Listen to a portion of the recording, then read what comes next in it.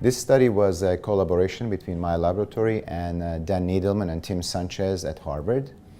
And the main aim was to see whether we could measure metabolic activity of mitochondria in oocytes and embryos in a non-invasive manner. As you know, mitochondria are very important for cellular function as well as oocyte and embryo viability. And without mitochondria and without oxygen, one molecule of glucose would only lead to 2 units of energy, whereas with oxygen and mitochondria, you can make up to 38 units of energy with a single glucose molecule. So this activity in mitochondria happens in the mitochondrial matrix through Krebs cycle and then oxidative phosphorylation in electron transport chain in the inner mitochondrial membrane.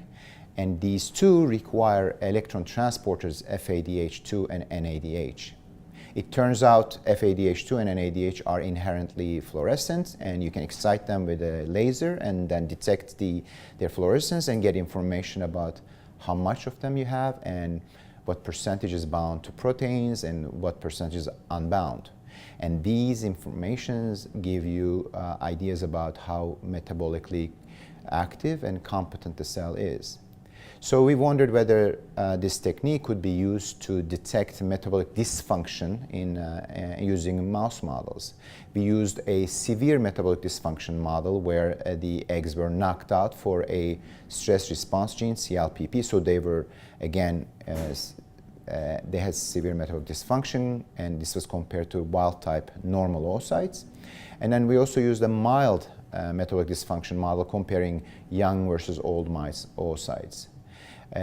We were happy to see that in both cases, the FLIM technology was able to detect metabolic dysfunction compared to normal oocytes.